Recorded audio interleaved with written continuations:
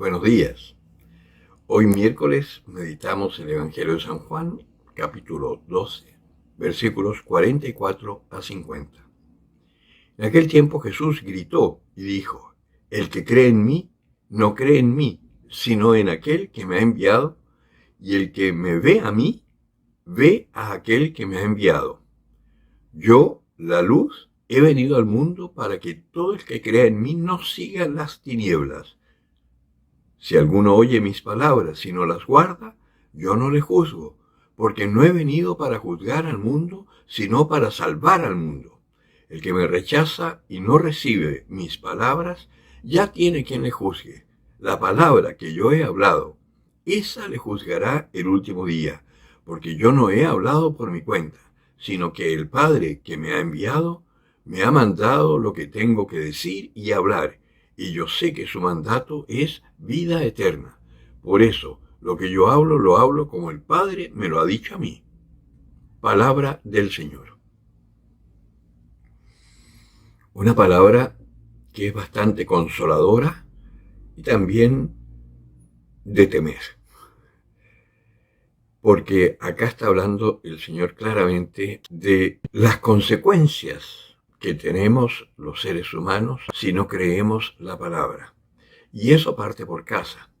El otro día una hermana me preguntaba si había que hacer algo especial para pertenecer al rebaño del Señor. Y yo le decía que por el hecho de ser bautizados, pertenecemos al rebaño del Señor. Pero también tenemos que escuchar su voz, aprender a escuchar su voz para seguirle y hacer lo que Él nos dice. Porque si no vamos a ser como esas ovejas rebeldes que se van por ahí y que el Señor, por supuesto, que nos va a ir a buscar, pero vamos a pasar una serie de problemas. Nos vamos a quedar enredados en las matas, nos van a perseguir los lobos, podemos caernos por un barranco, quebrarnos una pata, etcétera. Todas las cosas que les pasan a las ovejas cuando se salen del redil. Vale decir, nuestra vida va a ser una vida complicada. Y por eso acá el Señor dice: el que no escucha mi palabra ya tiene quien le juzgue. Es la palabra misma que escuchó. Y lo hemos comprobado. ¿Cuántas veces nosotros hemos vivido según nuestros criterios y nos hemos equivocado?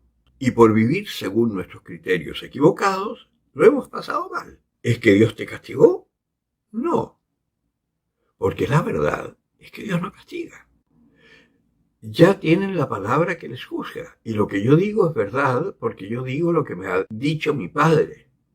Lo que he oído a mi Padre decir, eso mismo digo yo, no cambio nada, nos dice el Señor. Lo que significa que ya podemos ir rompiendo un mito que hay, que Dios castiga. Dios no castiga, no necesita castigar. Él hizo una ley tan perfecta y nos ha creado para una vida tan perfecta que no necesita castigarnos. Pero si no escuchamos su palabra y no vivimos conforme a su palabra, lo vamos a pasar mal porque la vida nos hace pasar mal por el pecado. Y además, hay otra cosa que el Señor lo dice, que hemos sido escogidos por Dios, así como Él escogió apóstoles dentro de sus discípulos para una misión particular. También nosotros estamos llamados para una misión particular. ¿Y esa misión particular cuál es? Anunciar el amor de Dios a todos los hombres, porque hay algunos que no serán escogidos por Dios para formar parte de su pueblo, como hijos, pero sí son criaturas que Él ama y que quiere que también se salven. Y se van a salvar en la medida en que nos escuchen cuando nosotros hablamos y acepten la palabra que nosotros, como discípulos del Señor, les anunciemos, tal cual la escuchamos, como lo hizo Él.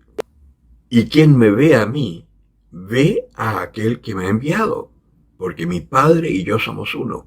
Por consiguiente, nosotros, si escuchamos su palabra y la transmitimos así como la escuchamos y como la vivimos, porque acuérdense que primero hay que vivir lo que escuchas.